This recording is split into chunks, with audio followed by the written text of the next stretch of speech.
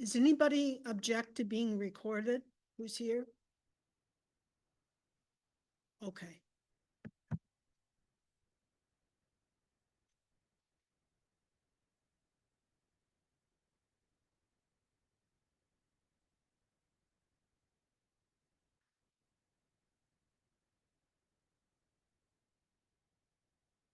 Maybe I should go double check on Rayanne. I'll be right back.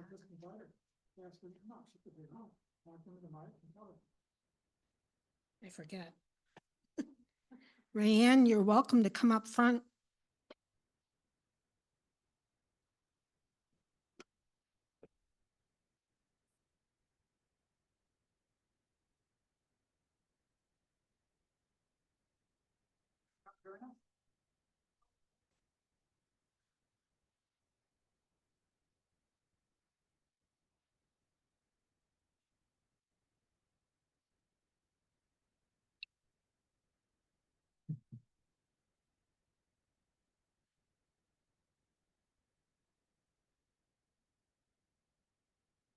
You kind of, your name is Sue?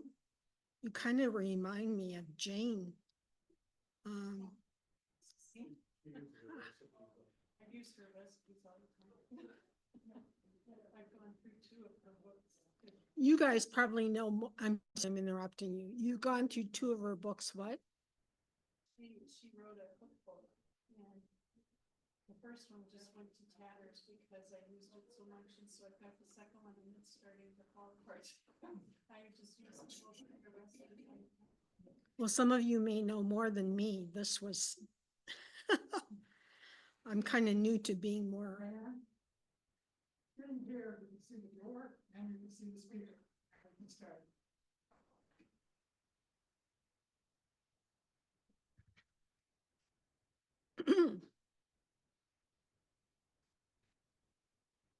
Okay, I'm going to start. Hi, everybody. I'm so glad to see you all. I have a note here to smile and pause. I'm not a very good comedian. My name is Joyce Olmsted, and I'm a former computer programmer analyst of 25 years. More recently, I've been a volunteer for over 7 years as a political activist. I've been on a plant-based diet for over 7 years with a brief hiatus of about 2 years. In the last few years, while eating plant-based, I've lost 20 pounds of weight so far without even trying to lose weight. Earlier last year, around May, my nephew Jason encouraged me to watch the movie Eating Our Way to Extinction.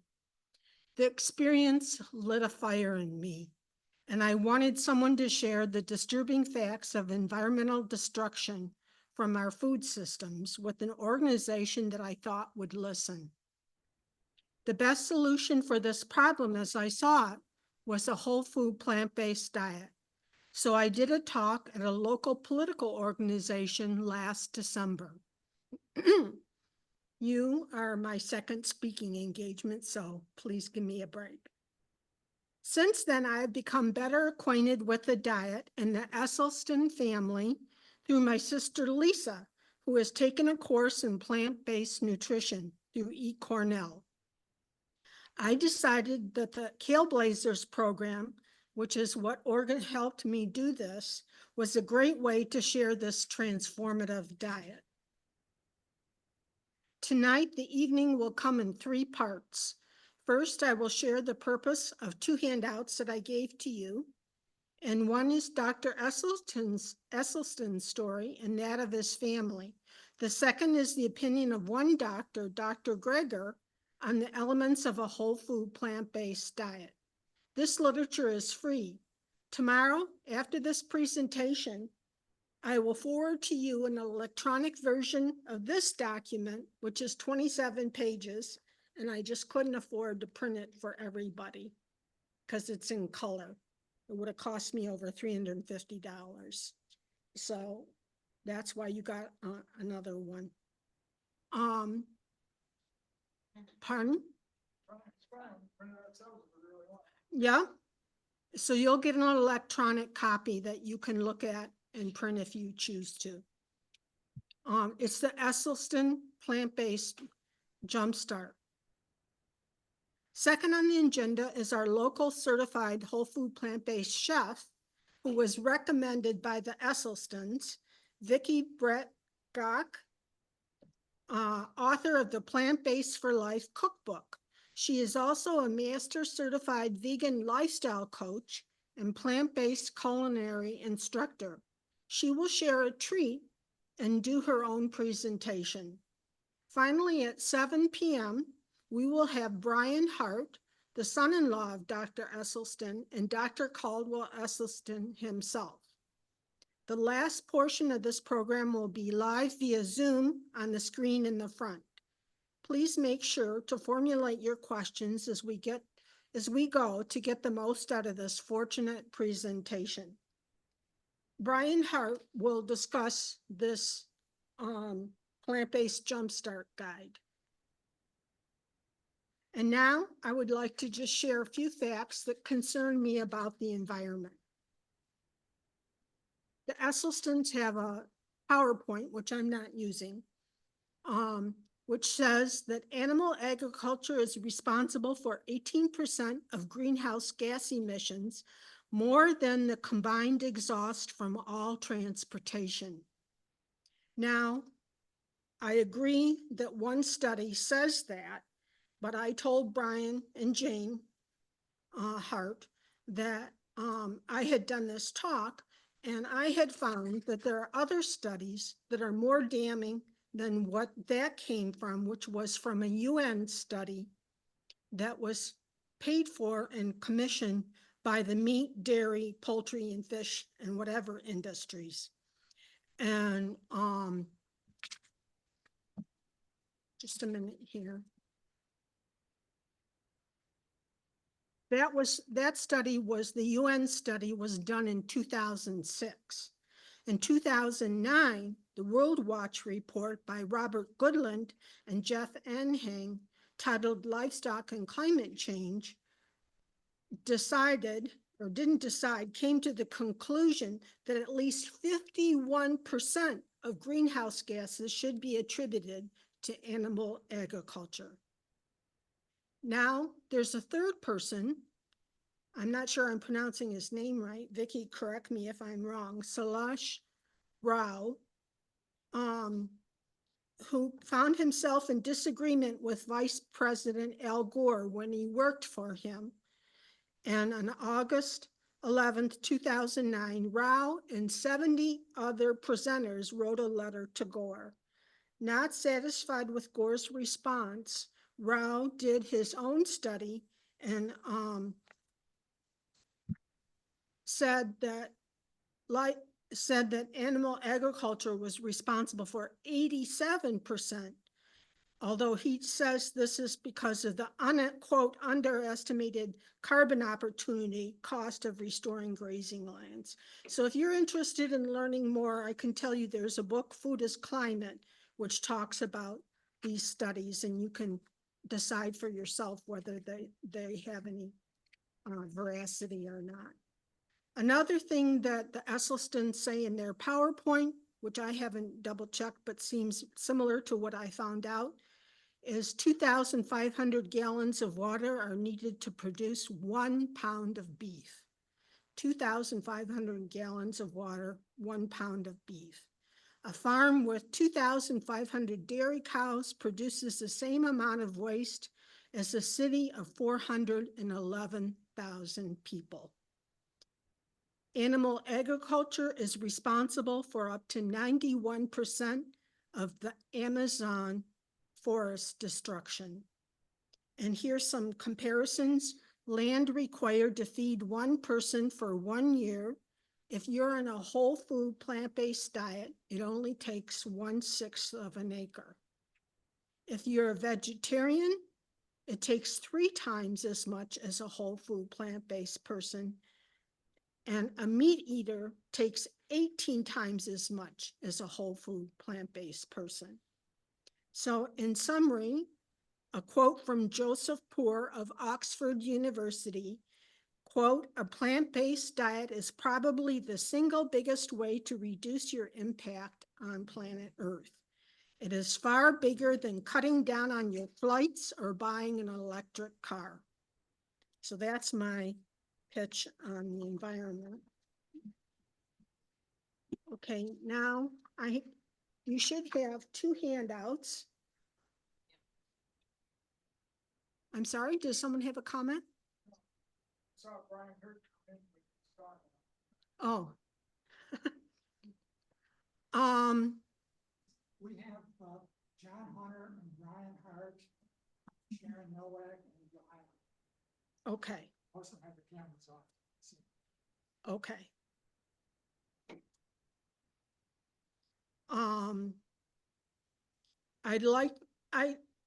It seemed to me from everything I've learned, the two main doctors that I learned the most about whole food plant-based diet from, and some of you may know more than me, but was T. Colin Campbell is the first person my sister turned me on to. And now more recently, she's emphasized to me the doctor that we're going to hear tonight, Dr. Esselstyn. And when I heard his story, I thought, I printed out, and it's on the website, so you can go and look at it, but I printed out what the website said because to me it was so impressive. And Dr. Esselstyn had become frustrated. As a surgeon, he was doing little to prevent disease in the next unsuspecting victim. Surgery could save lives, but it was not stopping the progression of disease. After careful research and study, Dr. Esselstyn began to notice that the problems that plagued his patients in the US weren't universal. So he began to look at the causes of these diseases. If you've seen the movie Forks Over Knives, you'll know that Dr. Esselstyn and T. Colin Campbell had similar views and were raised on farms and came to similar conclusions. The fact was that many cultures around the world had consumed a plant-based diet that had much lower rates of heart disease and cancer than Americans. He and his wife, Ann Esselstyn, soon adopted a plant-based diet, and Dr. Esselstyn began implementing it as a treatment with a small group of patients in a landmark study. It all started with a small group of patients at the Cleveland Clinic. The year was 1985. After he and his wife, Ann, adopted a plant-based diet, cutting out oil, meat, fish, fowl, and dairy, Dr. Esselstyn launched a study to examine cholesterol levels and heart disease. The chief of cardiology at the clinic graciously granted Essie's request to refer patients with advanced coronary artery disease to participate in a study. The goal to use whole food plant-based nutrition to reduce patients' cholesterol levels to below 150. The level seen in cultures where the disease is virtually non-existent, and to see what effect it would have on their health. Dr. Esselstyn soon had 18 patients in the study, a number of whom had been instructed by their doctors that nothing more could be done to address their severe disease states. In the 8 years prior to the study, participants had collectively experienced 49 cardiovascular events. Simply put, many of these patients were on death's door. After 5 years, the results were astounding. Cholesterol levels on average reduced by 50%, a halting of disease progression in all participants, actual reversal of the disease in 8 individuals, and overall widespread improvement in health. In short, these patients were able to return to living active and engaged lives. This groundbreaking study was published in 1995 in the American Journal of Cardiology. Soon a plant-based movement is born. In collaboration with other like-minded researchers and clinicians, such as Dr. Dean Ornish, Dr. Colin Campbell, Dr. John McDougall, and Dr. Michael Clapper, among many others, the revolution had begun. Ann and Essie soon found themselves traveling the country and later the world to spread the message. share their research, and actively demonstrate the healing power of whole food plant-based nutrition. Essie went on to publish 150 scientific articles about his work. This includes the most recent quote, "Is oil healthy?" What began over 30 years ago has now become a full-fledged movement, a seismic revolution in global health. As Essie states, quote, "The time is now. The weight of scientific evidence and public opinion, now that the truth is known, will prevail. With this approach, the war against our most devastating diseases can be won." You'll see here that Ann Esselstyn is really helpful and a serious partner with Dr. Esselstyn. She helped.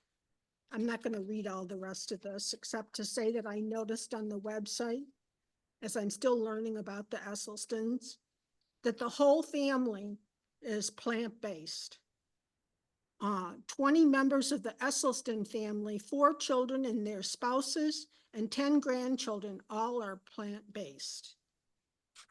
Okay, what time is it? I just want to see if, first I want you to look at, so those people who aren't familiar with a whole food plant-based diet, this is Dr. Greger's idea in your handout, the color handout. And on the second page, he has what he calls the Daily Dozen. You may be familiar with Dr. Greger because he published this book, How Not to Die. And the first part of the book has how meat and dairy and fish and so on, animal food, contribute to disease. And the second part are the foods that he recommends. And there's over 140 pages of peer-reviewed scientific studies in the back. That anyway, that the man who wrote this book is the person whose literature you have there on the Daily Dozen.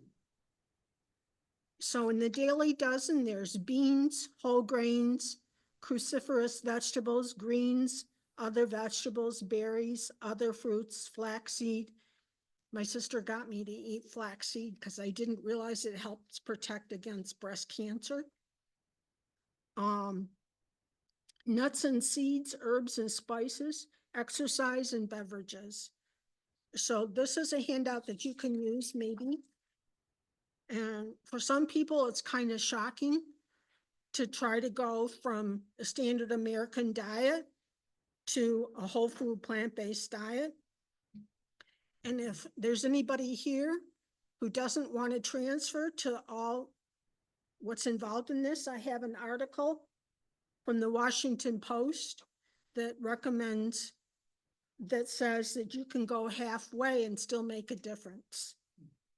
Joyce, Representative Messelin is on the line, so if you want to call him. Oh. Is that Brian?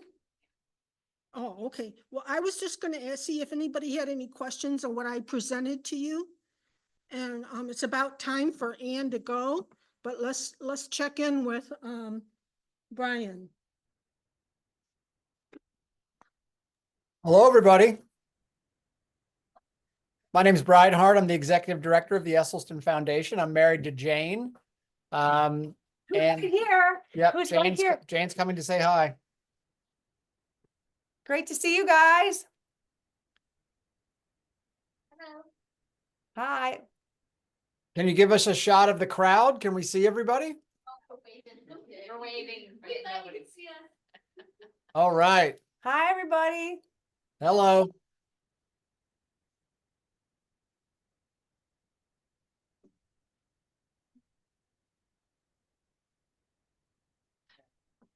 All right, Joyce, what do you want us to do? Do you want me to go ahead and start and do my sort of intro to plant-based nutrition and the 7 pillars Oh, were you of guys our gonna talk- program, and then Dr. Esselstyn? That's kind of what we had planned. Is that right? Or did Yeah, you- I thought you guys were going to start at 7 and I was going to have Vicky go next, but since you're Perfect. there, Perfect. That's that. Yeah, that's on the agenda. Absolutely. so it's up to you since you guys are the one who, No. Vicky No, did a no. beautiful job. Talk about the food. okay, We'll be back in 10 minutes. See ya. okay. Vicky, it's time for you. Vicky is more knowledgeable on whole food plant-based than me. I'm sort of more new to than compared to her. So she's a master chef and she's got some great information she wants to share with you. So I'm gonna step down. Why don't you come up here? This is the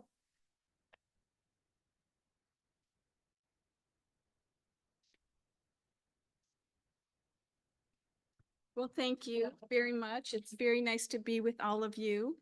And I don't have a formal presentation. I'm just glad to be with you and share a little bit about what I do, my story. And I made a little treat for everybody so that you can also enjoy a whole food plant-based dessert bite tonight as well. And I have been, again, I'm Vicki Brett Gock, and I am the author of the Plant-Based for Life cookbook, which has about 100+ recipes that are all very easy, whole food, plant-based, sugar-free, and oil-free, and actually gluten-free as well, except for about 3 recipes that use whole wheat pasta, which of course could be substituted for a different kind of pasta. So that's my cookbook. And I'm also a blogger. I do have a website that's called Ann Arbor, vegankitchen.com, and I've been sharing recipes there since 2012. I have been vegan now for 15 years and completely whole food plant-based since, I guess I'd say about 12 years.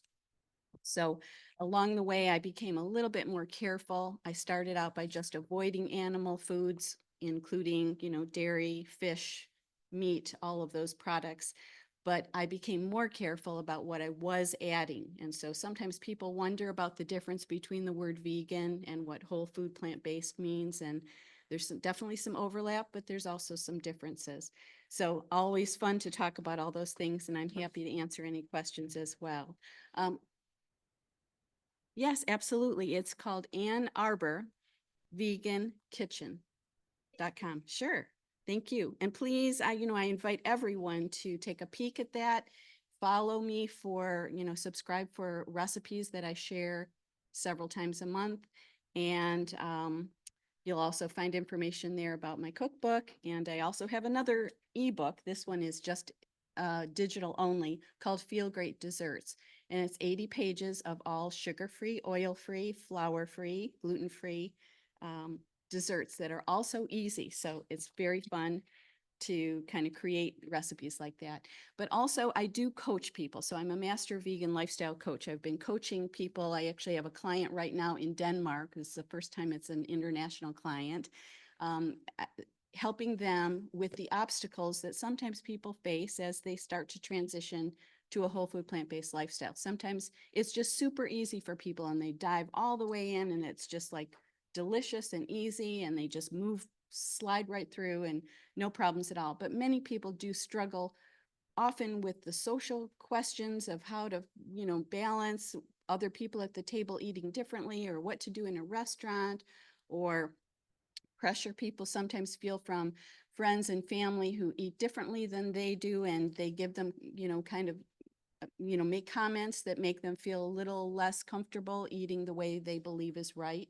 And so I help people with these kinds of issues and how to make sure that other people in the family, that they can make everyone in the family happy, bring things to potlucks that make people happy and so forth. So these are the kinds of things that I help people with along the way as well.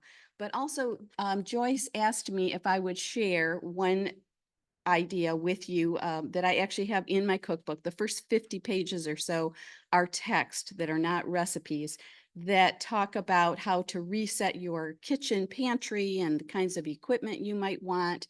And it does tell my story as well. I grew up with a mother that was ill for much of my young years with diabetes and heart problems and high blood pressure.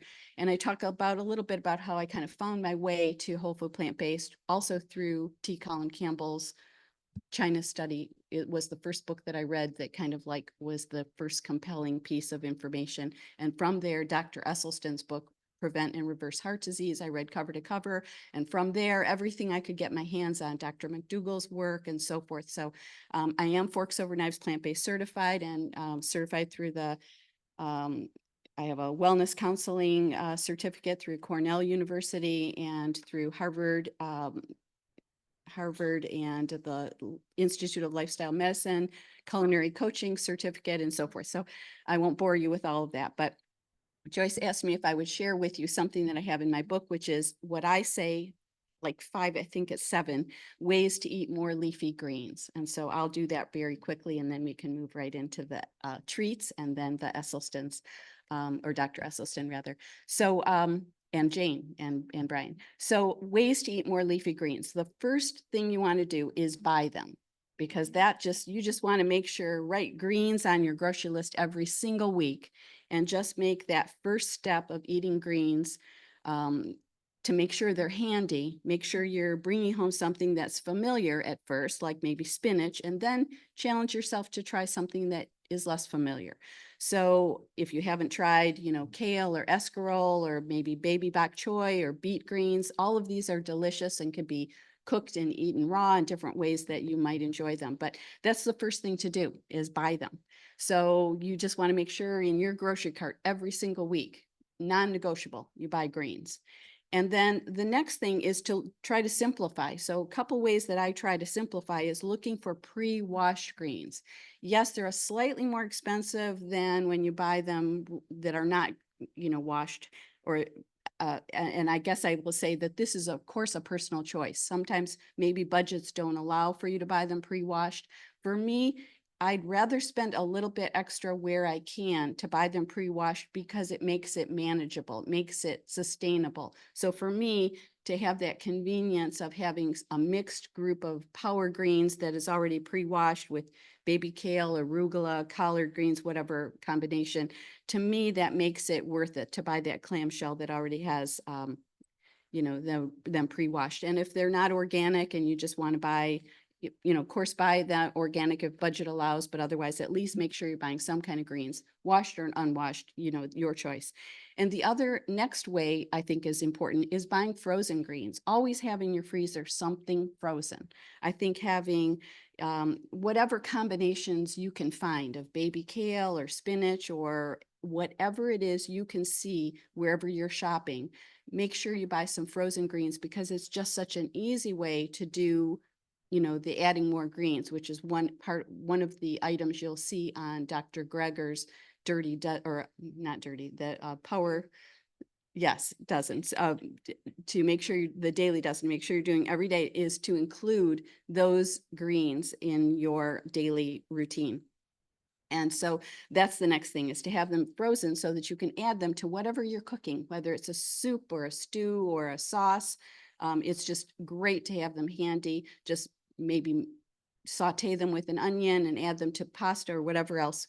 So those are among the, I think, ways to get started, and then kind of try to use them every single day. And if you can, use them every single meal. So start your morning with maybe a green smoothie. And so whatever you're putting into a smoothie, if you're a smoothie person, add a little bit of greens, and over time, maybe add a little bit more to your blender, so that whether it's fresh or frozen fruit, and you can add fresh or frozen greens as well. And then add greens to whatever you're eating at lunch. So if it's a fresh salad, make sure you've got a nice variety in there, maybe some microgreens, and also some nice wraps. If you're having a wrap that you are putting maybe leftovers from last night in, make sure you are including greens in that as well.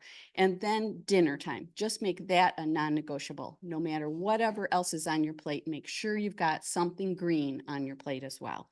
And to step up your game, try to use greens for breakfast, lunch, and dinner. And so those are, my tips to try to kind of build up, because for many of us, that's not something we were necessarily raised with. We have to kind of build that habit ourselves.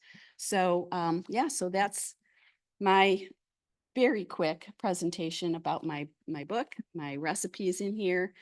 Feel free to, there's more information on my website about both of these books, and love to answer any questions if anyone has any later on. And I do have some business cards back there if you'd like to just grab one, which has my website on it and other information as well. And so Joyce, why don't we go ahead and pass those treats out to people so that they can have something to snack on as we get ready for the next part. Thank you all.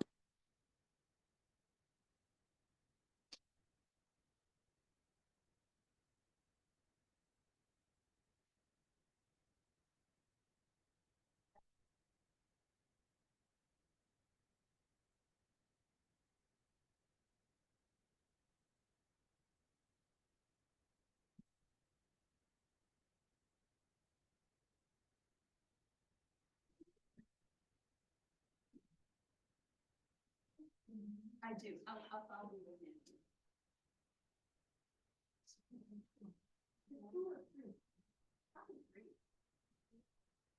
If they have like, usually go banana bars, I call them banana monkey bars, the recipe's in my cookbook. And I'll put on my website.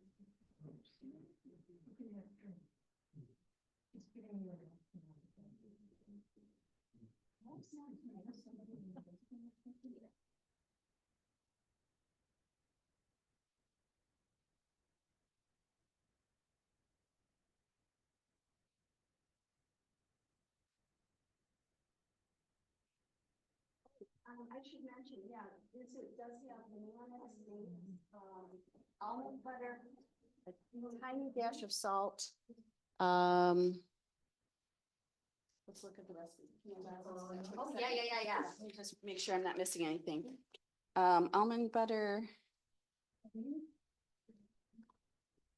Sorry, she doesn't have anything on the- Yeah, I want to make sure in case anybody's Here. allergic to anything that we announce it.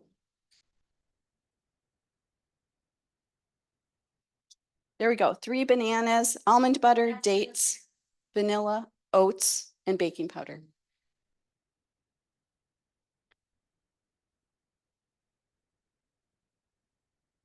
Beautiful book.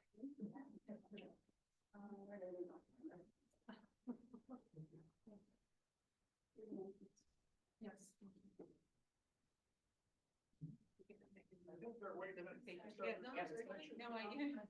No, actually, I'm. Do you want that?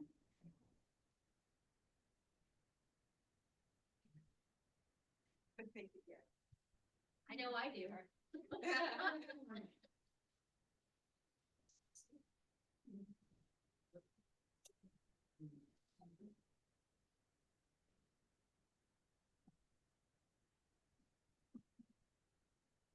Probably switch over to the.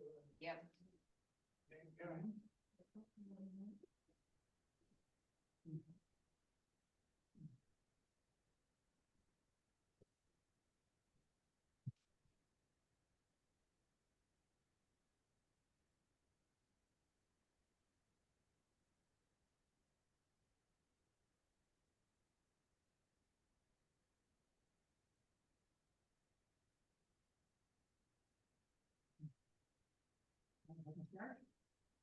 Yeah.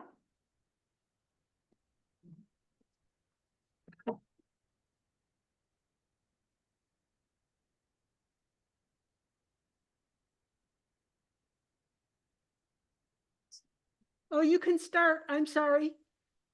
Oh, all right. You ready? We're ready. Rock and roll. All right. Perfect timing. Joyce, you're a machine. This is beautiful. Thank you. So hello, everybody. And Vicky, well done. We love Vicky's book. And you've got such an amazing resource there in her and in the community. So be sure to reach out to Vicky if you need any help or guidance. So hello, everybody. My name is Brian Hart. I'm the executive director of the Esselstyn Foundation.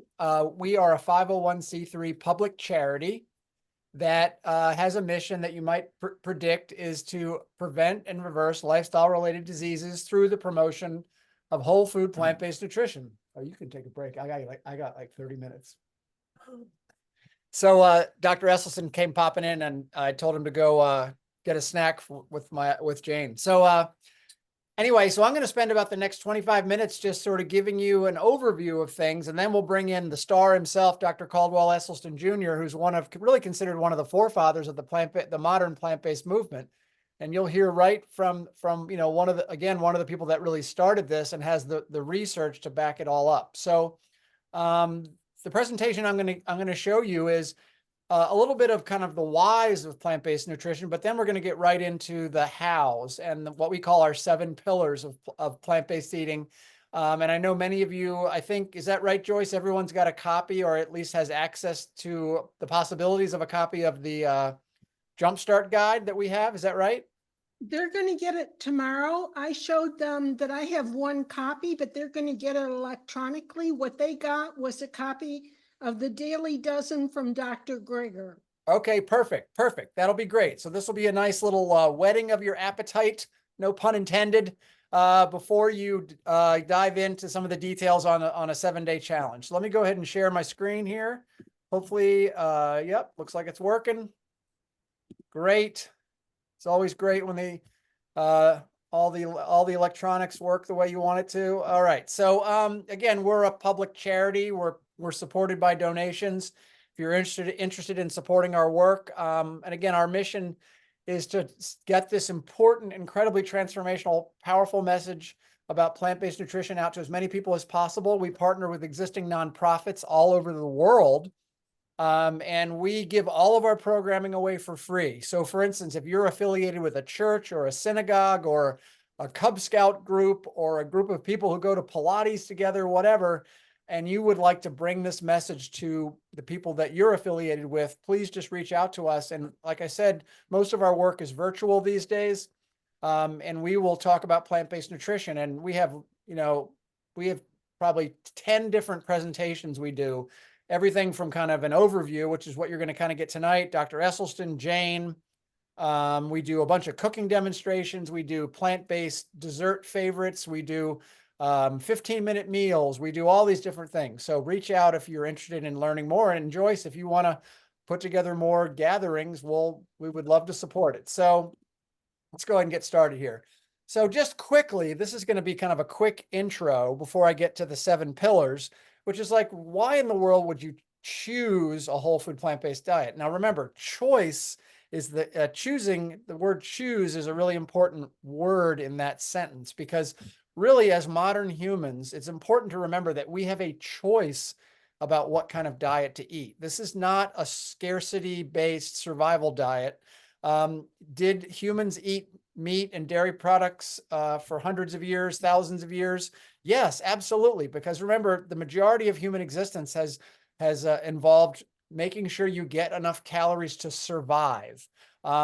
We're very lucky to be living in this time where we not only live to be, 80, 90, 100 years old, but we have a choice about what to eat. And if there's anything we know now is you do not have to consume animal products to live a long, healthy life. In fact, the research suggests that if you avoid these inflammatory products like meat and dairy, that actually you'll live a longer life.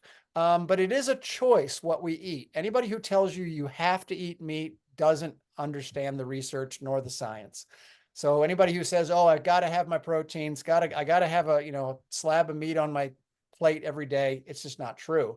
The World Health Organization, the USDA, the RDAs, all these things, all these organizations recommend, again, that it's easy in all walks of life, even for pregnant women, to be able to eat a plant-based diet and be plenty healthy. So reason number 1, before we get to health, though, is I want to just lay it out there. The Esselstyn Foundation is not an environmental organization, but one of our core reasons under the big umbrella of human health is planetary health. Let's just face it, if you look at any of the research on animal agriculture and its effect on the planet, it is devastating. It is a really inefficient way to produce protein. It's the bottom line.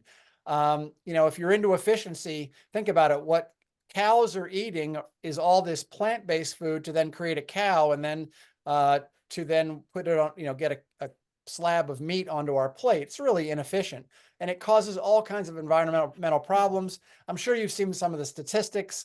Roughly 20% or more of greenhouse gas emission is coming from the production of animal agriculture. About 2,500 gallons of water are needed to produce just 1 pound of beef.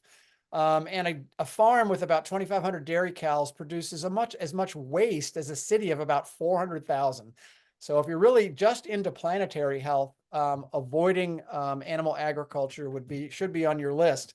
All of the Amazon rainforest that's being destroyed these days, the majority of it is being destroyed so that we can graze animals, 90%. And then if you look at the land required to feed a person for a year on a whole food plant-based diet, you're looking at about 1/6 of an acre. Vegetarians is a little bit more, about 3 times more. And then a meat eater is about 18 times more. So any of your friends that say, "Oh, I eat free range, beef or chicken or whatever," just remember that we don't have enough planets to feed all the people on our earth if we were to go free range. We just don't have enough land. And again, here are some statistics that are always kind of shocking. Each day, a person who eats, what we like to refer to as a whole food plant-based diet, we tend to steer clear of the word vegan because that can raise a lot of concerns around politics and, animal welfare, and that gets very dicey. We don't want to turn people off from the very beginning. So we say whole food plant-based. About 1,100 gallons of water, 45 pounds of grain, 30 square feet of forest, about 20 pounds of CO2, and the life of one animal per day is what you're saving if you are a plant-based eater. And as one researcher from Oxford University states, a plant-based diet is probably the single biggest way to reduce your impact on the planet Earth. It's far bigger than cutting down on your flights or buying an electric car, because this is every meal, every day. And as you've probably noticed, or maybe if you're following any of the research, the number of people eating meat on the planet is actually going up right now. You would think it'd be going down because plant-based is kind of having its moment.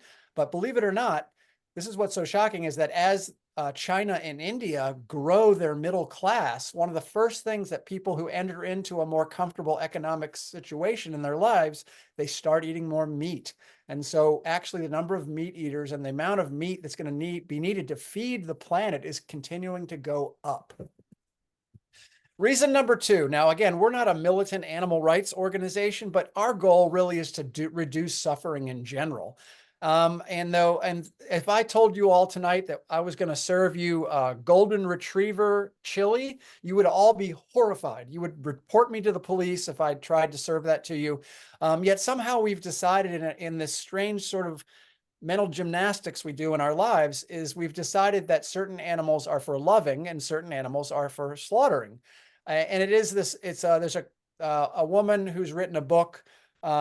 She's a college professor, and she calls the word carnism. It's really a way of thinking about certain animals as less important or less in need of being saved. But ultimately, we're trying to reduce suffering. And if there's anything we know, 98% of all the meat we're eating on the planet these days is farmed in what we would call factory farms, or CAFOs. And so the life of those animals is pretty grim. Pigs are supposedly like the 4th smartest animal on the planet. Way ahead of dogs in terms of intelligence, yet a lot of them are going to live in these tiny little cages for their entire lives until they're slaughtered. So again, we're trying to reduce suffering. About 770 billion farmed animals are raised every year. More than 6 million are killed for food every hour. So last but not least, and this is really why we're here tonight, is to talk about human health. We don't lead with planetary health or animal welfare because it tends to kind of scare people away because they think we're getting all political on them. But, Dr. Esselstyn really wants us to focus on human health, which is his background and his research. So these are the top 7 reasons that people die in this country: heart disease, cancer, accidents, lower respiratory diseases, which is really smoking, stroke, Alzheimer's disease, and diabetes. That's 7 top ways to die in our country today. And as you can see, 5 of the 7 are actually nutritionally related. So heart disease, about 600,000 people a year die of heart disease. 80% of that is predicted to be preventable. Think about that. Cancer, a lot of your core cancers like breast, prostate are associated with what you eat. Stroke is really just small, vascular events in your brain. So that's obviously vascularly related. Alzheimer's disease, a lot of like early onset dementia is tied to the clogging of the vessels in your brain. And then last but not least, diabetes, type 2 diabetes, which we used to call adult onset until in the last 20 years, we found that we're giving it to 11, 12, 13, 14, 15-year-olds. And so it's now called type 2. And diabetes is directly diet related. If you are a person that struggles with type 2 diabetes, I'm here to tell you right now, you can reverse that disease through eating a whole food plant-based diet. Promise you. So here are some of the statistics. Like I said, about 600,000 people a year die of heart disease. In adults that are about 20 or older, more than 2/3 of them are considered now in the United States to be overweight or obese. And then the number of people living with diabetes is more than tripled. And and doubled every year since then. So percentage of Americans over 20 with hypertension, that's high blood pressure, almost 50%. More than 130,000 people die of a stroke each year. And then between 180 and 300,000 people suffer what's called a sudden cardiac event, which is the stories you hear about somebody who, is playing tennis and they suddenly grab their chest. And it is important to remember that the number one sign, the most common sign of heart disease is a heart attack, meaning most people don't even realize how bad it is until they have a heart attack. And that's what scares them into suddenly have to taking care of their health. Here is Dr. Esselstyn. You're going to hear from him in a moment. I don't want to steal his thunder and talk about all the good stuff that he's here to share. But here, just a little, again, to whet your appetite, here's one of his famous slides from his studies that he did in the late 90s. You can see on the left a coronary artery that is all moth-eaten and clogged. And then 3 years later, that's the same vessel and what it looked like. So Dr. Esselstyn proved, and he'll talk all about it, that you can not only prevent heart disease, but you can actually reverse heart disease. All right, so let's talk about this 7-day jumpstart, which really gets us into the pillars of our program, because the word plant-based gets thrown around a lot these days. There's a lot of products on the market because the food industry has realized that plant-based is having its moment in the sun. And so there's a big push to get all these things. You'll see the words plant-based on all kinds of products out there. But I want to make sure that we're clear about what we're talking about when we talk about whole food plant-based, what that actually means. So the 7-day challenge, you're going to get this booklet tomorrow, it sounds like, thanks to Joyce and all of her hard work. And it's really a simple week-long action plan that's designed to let you test out this plant-based nutrition thing. Ultimately, it gives your body the fuel it needs to function at its best. We call it strong food versus weak food. And so the first question we always get is, well, what in the world am I going to eat? The joke, of course, for people who don't quite understand is like, oh, I'm going to have salads at every meal, right? Or like twigs and berries. People will joke with us when they give us a hard time. But actually, look at all this amazing stuff you're going to be eating. So obviously vegetables of all kinds. As Vicki mentioned, we are huge fans of leafy greens. If you're going to eat any vegetable, eat leafy greens, especially the dark ones, the kale and the collards and the Swiss chard and all that amazing stuff, the arugula. These are the powerhouses of the plant-based world. Tons of phytonutrients and antioxidants. And as Dr. Esselstyn is going to talk about, this is going to increase your nitric oxide production. Lots of fruit, fresh or frozen, whole grains. We want to steer clear of white flour, white rice. We want stuff with all the fiber on it. Brown rice, oats, quinoa, farro, bulgur, polenta, even popcorn is a whole grain. 100% whole grain items, when we're talking about baked items like breads and pastas and tortillas, we want whole grains. We want you to read the box and look for that word, whole wheat. We're going to try to avoid added oils, which we'll talk about in a moment. Legumes, there are over 100 different types of beans, legumes, peas, lentils in the world. Americans eat about 5 of them, and there are over 100. These are legumes. If you're familiar with the Blue Zones research, Dan Buettner's work studying the areas of the world that have the highest concentrations of centenarians, people over 100, one of the core links between all those areas of the world is high legume intake. So people eating lots of legumes, lots of great fiber, and again, phytonutrients. Plant garnishes. These are the things we want to be a little careful about because they're higher in fat. Avocados, nuts and seeds, plant-based milks, dried fruit. We like all those things, but we don't want to overdo it. In fact, for Dr. Esselstyn's heart patients, people who have significant heart disease, he's not a fan of having them eat avocados or nuts or seeds because they're just so high in fat. Now, if your numbers are good and you're just want to be healthy, a little bit more of that stuff is okay, but just be careful with that stuff. And then last but not least, water, tea, decaf coffee, and then alternative milks to put on your cereal. But really, when you're drinking liquids, we want you to drink water. I'll talk about that in a moment. What are you going to avoid? Well, I'll blast through this quickly, but as Dr. Esselstyn says, anything with a mother or a face, you're not going to eat any meat. Now, again, it's not that meat is evil. It's just that it's a problematic package for the nutrients you're going to get. So meat does have good stuff in it. However, it's wrapped in a lot of saturated fat and actually these things in it that trigger chemical reactions in your gut that produce things like TMAO and carnitine, which is actually a reaction which is inflammatory. So when you eat lots of animal products, your body becomes inflamed. Dairy products, lots of saturated fat. Number one source of saturated fat in the American diet is cheese. Eggs, way too much cholesterol and fat. Extracted oils. This is where people sometimes will push back against Dr. Esselstyn because they're like, well, what am I supposed to cook with? And remember, oil is just simply hollow calories. There's really no nutritional value to oil. They've taken something like, 200 olives and crushed them into like a tablespoon of oil. It's just empty calories. It's 120 calories per tablespoon. A lot of the people we work with are trying to lose weight. I mentioned white flours and pastas. We're going to steer clear of sugars just because they're not really helping. We use maple syrup as a sweetener, and we try to use it sparingly. Juices and smoothies we're not fans of because they're just big, giant calorie bombs. Again, a lot of the people we work with are trying to lose weight. So you don't realize that a smoothie sometimes can have 500 to 600-700 calories in it. And so if you're trying to lose weight, it's not a great way. Just eat the vegetables or the fruit. Don't worry about grinding them up and drinking them. Vegan meat substitutes, you've probably realized things like Impossible Burgers and Beyond Meat.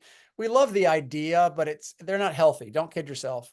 They're full of tons of oil and they're not necessarily good for you. But in terms of helping the planet, we like it, but don't consider it healthy. And then last but not least, be careful of your nut butters and coconut products just because they're going to be full of a lot of saturated fat. If you use a little bit of nut butter and mix it up to make like a peanut-based dressing or something like that, do what you got to do, but just be careful if you're eating tons of nut butters and tons of coconut products. It's not going to be very good for you. All right. What happens in a week? We actually know what happens in a week because we've done this numerous times. We've taken people away to these plant-based retreats and we track their numbers before and after. And usually what happens in 1 week, 26 points of their cholesterol will drop. Their LDL, which is the lethal cholesterol, will drop about 25 points. Triglycerides will drop about 25. Blood pressure will drop about 10 points. And then usually they'll lose between 3 and 5 pounds. We've even had people lose up to around 10 pounds in just 1 week. So think about that if you eat this way all the time. All right. I want to get to the pillars here. So let's do the pillars. The 7 pillars of our program. First of all, we want you to eat plants. Why plants? Well, plants have all the good stuff. You get all the good protein, all the unprocessed carbohydrates and the essential fatty acids and almost every vitamin and mineral you need. We'll talk about supplements later. We get all the phytonutrients and antioxidants and fiber and water. And then we also avoid all the nasty stuff, the saturated fats, the trans fats, and all the growth hormones and antibiotics. Remember, if you're eating meat or dairy products these days, this is not your grandpa's cow or pig. This is most of the meat and dairy we're consuming these days is factory farmed.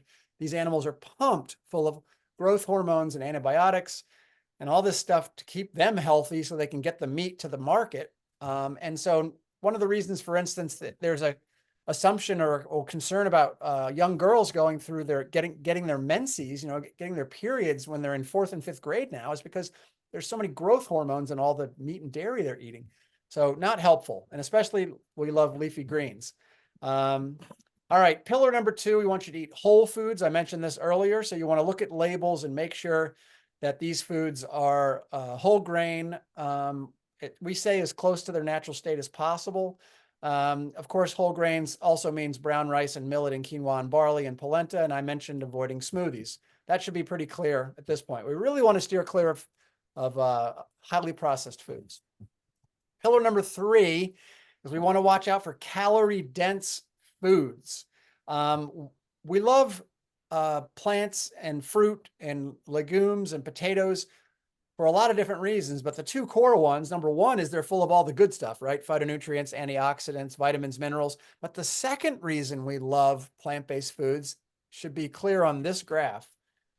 This graph is that if you're filling your body up, this is calories per pound. Look at that. If you ate a pound of vegetables, you're getting about 100 calories. So if you eat low on the calorie density scale, down where the green is, vegetables, fruit, potatoes, whole grains, tofu, legumes, pasta, even a little avocado, Look how many calories you're getting for a pound of that food.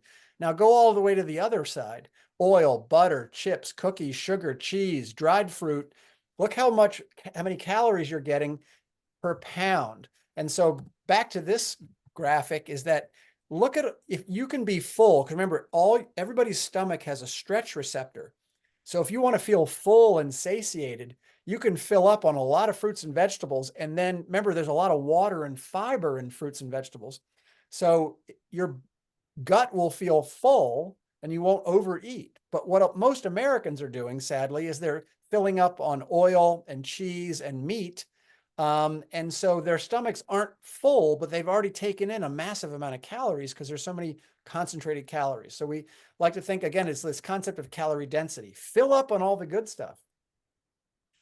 If you fill up on the other stuff, you've probably overeaten. A lot of Americans think they're eating 2,000 calories, but they're actually eating 2,500 to 3,000 calories until they're full. So they've overeaten. And guess what? When you overeat by 500 calories, a couple hundred calories a day, what happens? You do what happens to most Americans. They put on 5 pounds a year as you know, past the age of 25, and they never lose it. Pillar number 4, I want you to forget about protein. Anybody that talks about and is concerned about your protein intake has no idea what they're talking about. This is just because they're trying to upset your apple cart to try to scare you into thinking you're not getting enough food. If you are eating enough calories, you're getting enough protein. Most Americans overeat their calories, sometimes by their protein almost double. Most women need about 45 grams a day. Most men need about 55 grams a day, up to 65 grams a day. You're easily getting that if you're eating a wide variety of plant-based foods. Here's an example. For instance, black beans, 15 grams, whole wheat spaghetti. I mean, there's protein in everything. Lentils, 18 grams. My wife and I tracked our protein intake one day just by eating a wide variety of plant foods, and we got more than the protein that we needed in a day. So again, women only need about 46, men about 56. No problem. Pillar 5, we want you to drink your liquids, but not drink your calories. Again, a lot of the people we work with are trying to lose weight. And so we want people to drink water and not take on all of this extra stuff by drinking things like sweetened tea and wine and beer and mixed drinks and milk and fruit juices and soda, because you're going to overeat your calories. So here's a great example of what most Americans might do in a day. You know, they're drinking orange juice for breakfast, a latte to wake up in the morning, a Coke with lunch, maybe coffee in the afternoon to stay awake, with cream, a lemonade with dinner, and then a white wine to relax at night. That's 800 calories. Your daily caloric need is about 2,000. And if you're taking in 800 in liquid, that doesn't even count the food you're eating. So no wonder we have an obesity epidemic in this country. Just drink water, decaf coffee. I mean, I drink 1 cup of caffeinated coffee in the morning, and then in the afternoon, if I want some, I'll drink decaf. And tea. Obviously, if you're going to drink tea, drink green tea, because green tea has the most antioxidants. Pillar 6, we're going to watch out for the big 3, salt, sugar, fat. We're going to read labels and be careful. I know you know this, but so does the food industry, is that we love salt, sugar, and fat. We actually need salt, sugar, and fat to survive, but the food industry pumps all their food full of all this stuff to get us addicted to it. Most Americans are getting between 30 and 50% of their daily calories from fat. We want to get that down to like 10 or 15%. And remember, there's fat in everything. This is not a no-fat diet. This is a no added fat diet. There's even fat in citrus. If you ever take a orange peel and squeeze it over a candle, you'll notice it'll spark or sputter. That's because there's a little bit of fat in that. Last but not least, pillar number 7, move your body. But don't make the mistake that so many Americans make, which is to think they can eat poorly and then out-exercise a bad diet. You can kind of do that when you're in your 20s and teens, but by the time you hit 30, and if any of you are out there are over 25, you know that your metabolism slows down. It becomes harder to shed weight. And remember, you have to climb 22 flights of stairs to burn off 1 Oreo cookie. So a lot of people really don't quite understand the math on calorie burning and how much it takes to actually burn away calories. And study after study has proven that exercise alone will not help you lose weight. Not help you lose a large amount of weight. It'll help, but you got to change what you eat. And the CDC says about 150 minutes a week and about 2 days a week of, that's aerobic activity, then 2 days a week of weightlifting or some sort of weightlifting. All right. So before we bring in Dr. Esselstyn, Essie, you almost ready? People often ask us, what in the world do you eat in a week? And so here are 4 days at our house.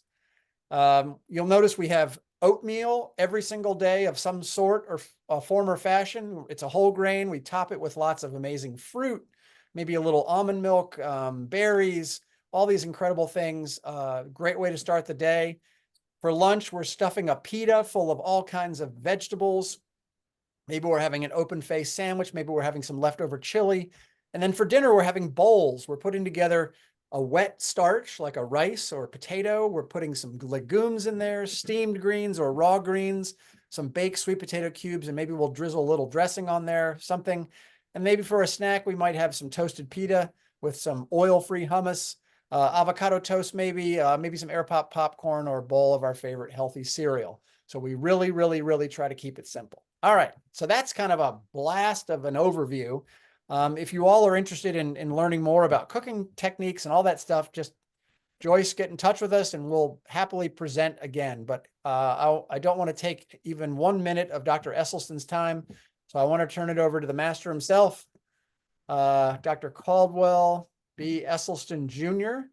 And it's going to take me a second just to switch over the PowerPoint here and we'll get right at it. All right, Essie, go ahead and take a seat. Thank you, Brian. Yeah. And then I'll pull up your PowerPoint.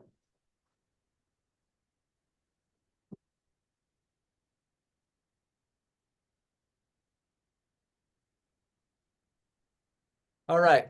So as many of you probably know, Dr. Esselstyn published a very important book back in, what was the year it came out? 2007. 2007, called Prevent and Reverse Heart Disease, that became a New York Times bestseller. And he really has become, again, like one of the go-to people in the whole entire plant-based movement. So Dr. Esselstyn is going to talk to you a little bit about his research and what he discovered. And then we can take questions at the end. Good. I'll keep an eye on the clock, and I want to say thank you. And I'm proud and delighted and honored to be asked to be a part of this summit. Now, what I want to really try to get across today is the fact that cardiovascular disease needs never, ever exist. When you think about it, there are any number of nations where cardiovascular disease is virtually non-existent. And when you think about that, we've known that for about 100 years. Places like rural China, Central Africa, Okinawa, the Papua Highlands in New Guinea. No heart disease. What's going on? We've known that for so long. It's such an absolute terrible black eye in this country to think that cardiovascular disease is the leading killer of women and men in Western civilization, and yet we haven't taken that information to this country or Australia or South Africa or Europe. Why?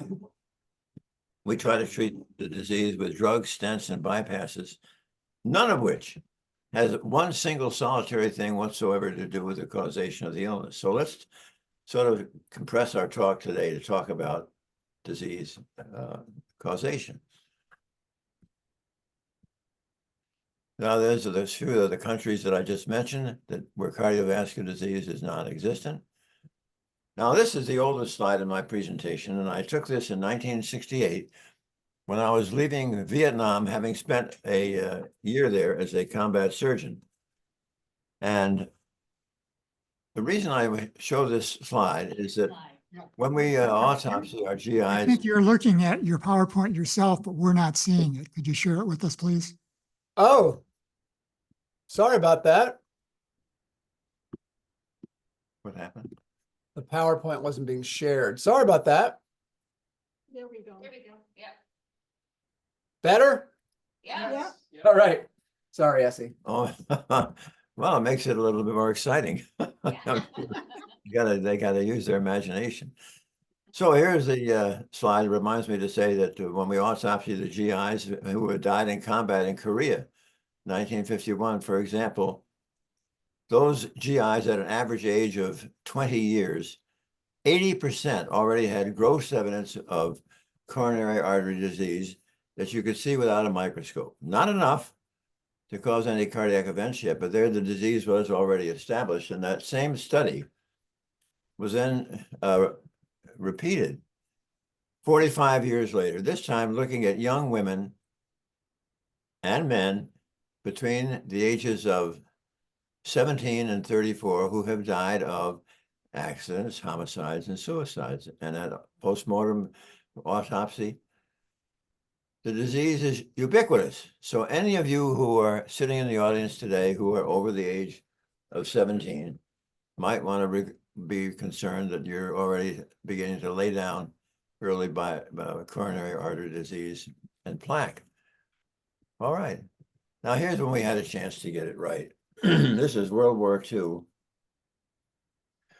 when the Axis powers of Germany overran the Low Countries of Holland, Belgium, occupied Denmark and Norway. And characteristically, the Germans took away their livestock for their troops. So their cattle, their sheep, their goats, their pigs, their chickens, their turkeys were gone. And they were now suddenly thriving on whole food, plant-based nutrition without oil. Now, it was in 1951, their doctors Strom and Janssen looked at the Norwegian experience with heart attack and stroke during this time period.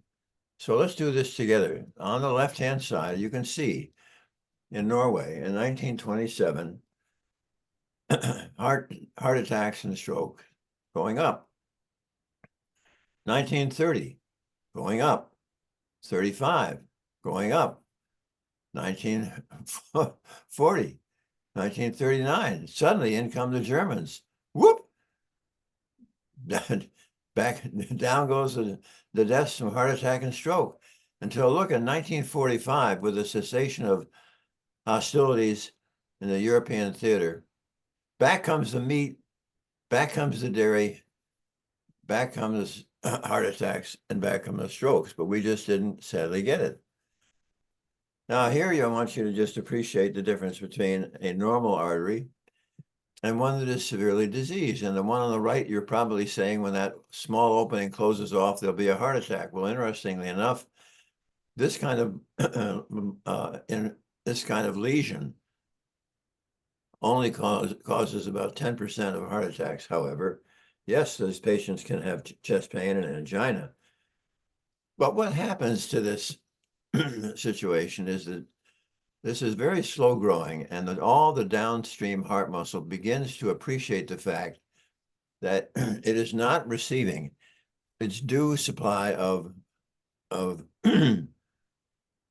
oxygen and nutrients, and it therefore begins to build its own bypass. So that you look carefully at an angiogram who has something that is this severe, you often will see these tiny little streaming blood vessel, we call them collaterals, around the outside of the artery, bypassing this blockage, so that often when this completely closes off, the patient will not have a heart attack because the collaterals are supplying enough oxygen and nutrients to keep the downstream heart muscle from having a heart attack. Now I wanted you to focus on the left, the normal artery. If you look, even those of you in the back, if you look carefully at the innermost lining, you'll see this little dark lining. That is a magical layer of cells we call the endothelial cells. And they are really remarkable, and we'll be discussing those further as we go along. Now, the first thing that happens when we start eating the Western diet, cellular elements begin to get sticky, sticky, sticky. Your endothelial cells get sticky. Your white cells get sticky. your LDL cholesterol gets sticky. We'll come back to this shortly. Now, this happens to be a slide of Peter Libby from Harvard.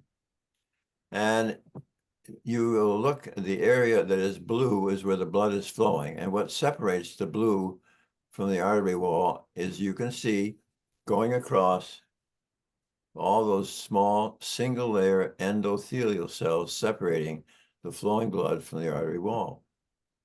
Now, if we work together again to the upper left of this slide, you will see that there's your LDL, your bad cholesterol. But because of the Western foods we've been eating, we'll have all these free radicals and reactive oxygen species, which, when that LDL molecule begins to worm and squiggle its way over to the edge of the artery wall, it'll find a passage into the subendothelial space through a crack, a fissure, or an opening.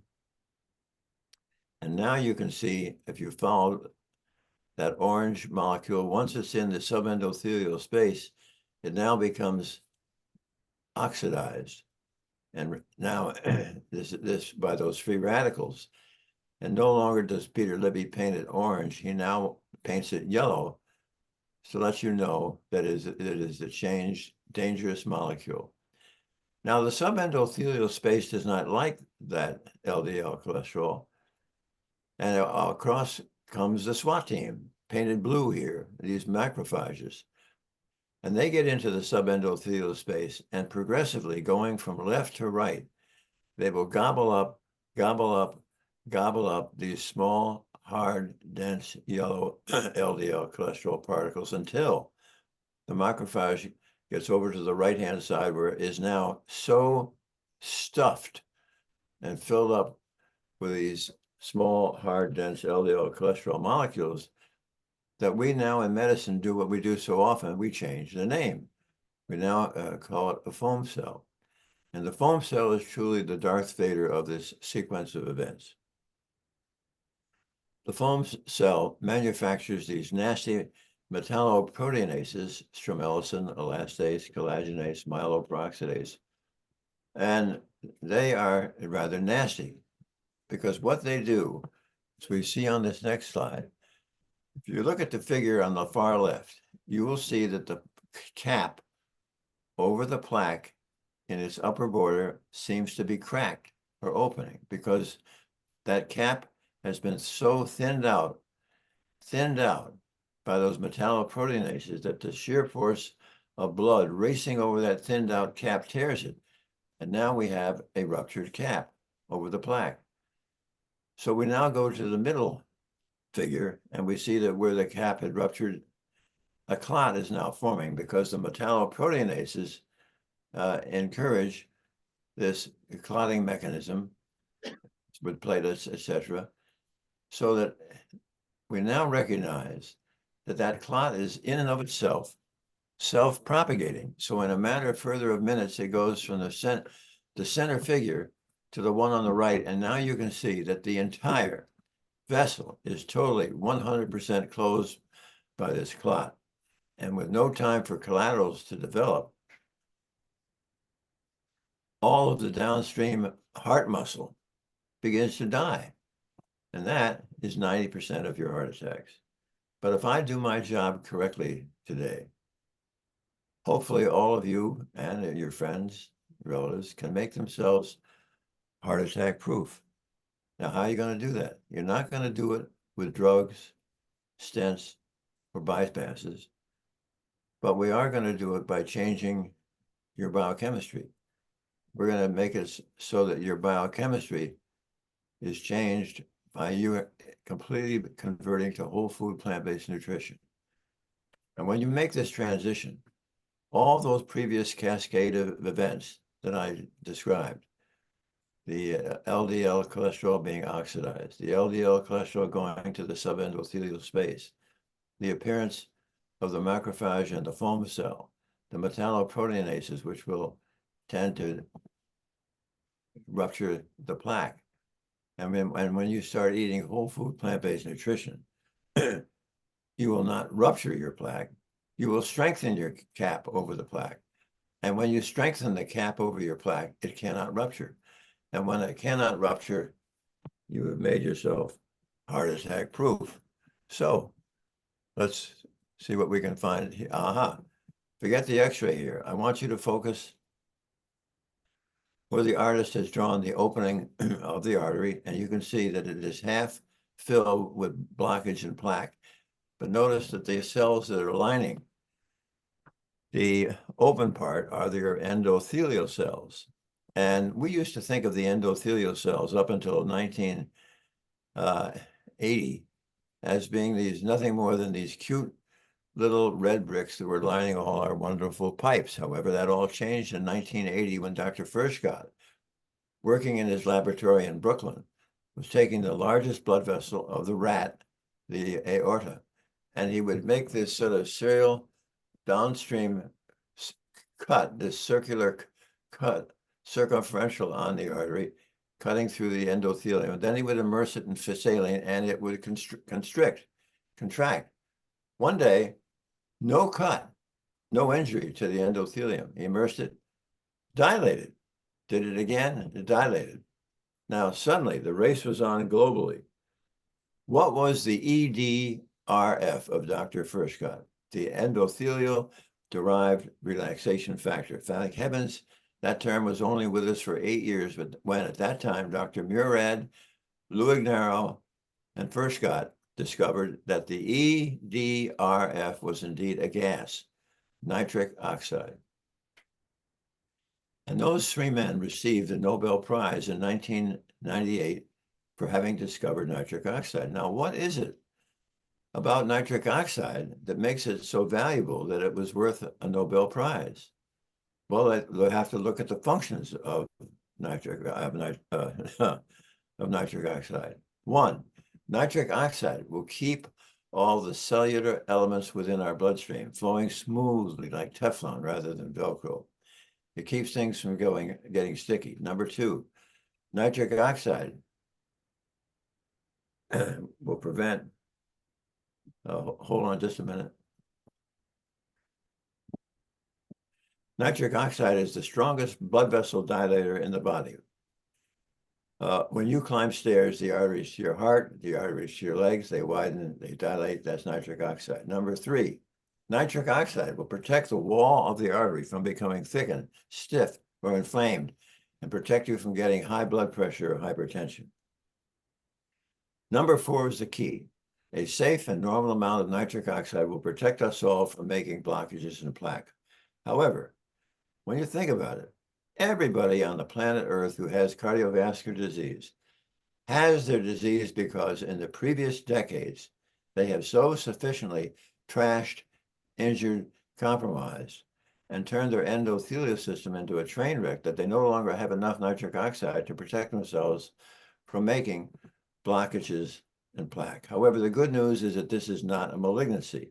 And once you can get patients to understand that never, ever, never again are they to pass through their lives a single morsel that is going to further injure an already compromised endothelium, then what happens is you're able to restore nitric oxide back to where it has enough nitric oxide that you will not have further disease progression, and we often see elements of disease reversal.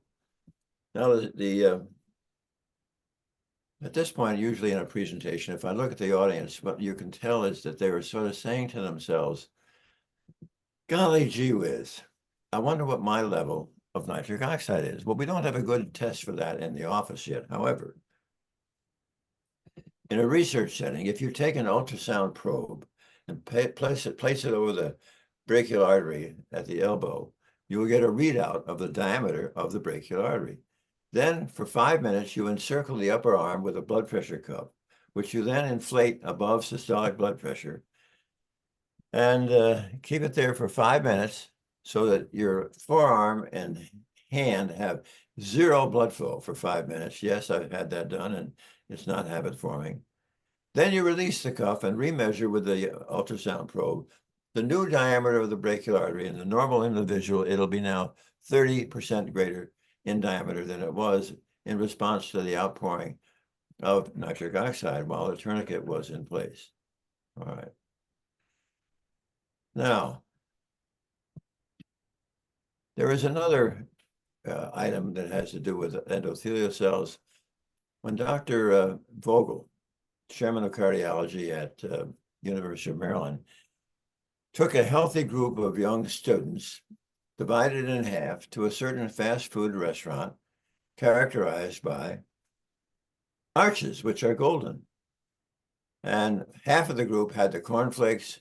Their brachial artery tourniquet test was normal. The other group had the hash browns and sausage, and within 120 minutes, they couldn't dilate the artery.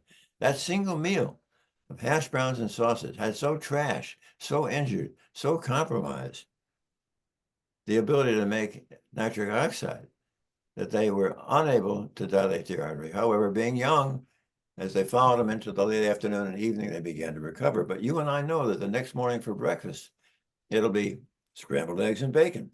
Lunchtime, mayonnaise with white bread and cold cuts. Lunchtime, maybe, let's go to supper time. It'll be a baked potato with sour cream, vegetables soaked in butter, and let's see, how about ranch dressing on the salad, ice cream for dessert. Here in the good old USA, starting in childhood, we begin beating and beating and beating up that poor old endothelium.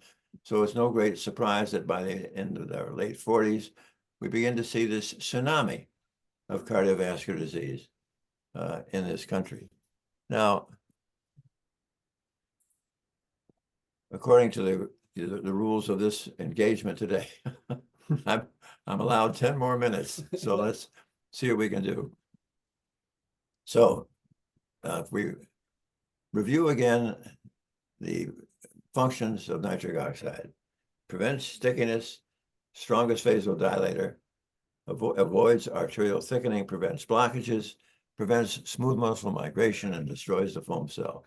We don't have time to go through all of those, but certainly we will a little bit more on the endothelium. And the key for you to understand is that what's wonderful about this is that every single one of these wonderful things can be optimized with plant-based nutrition. All right.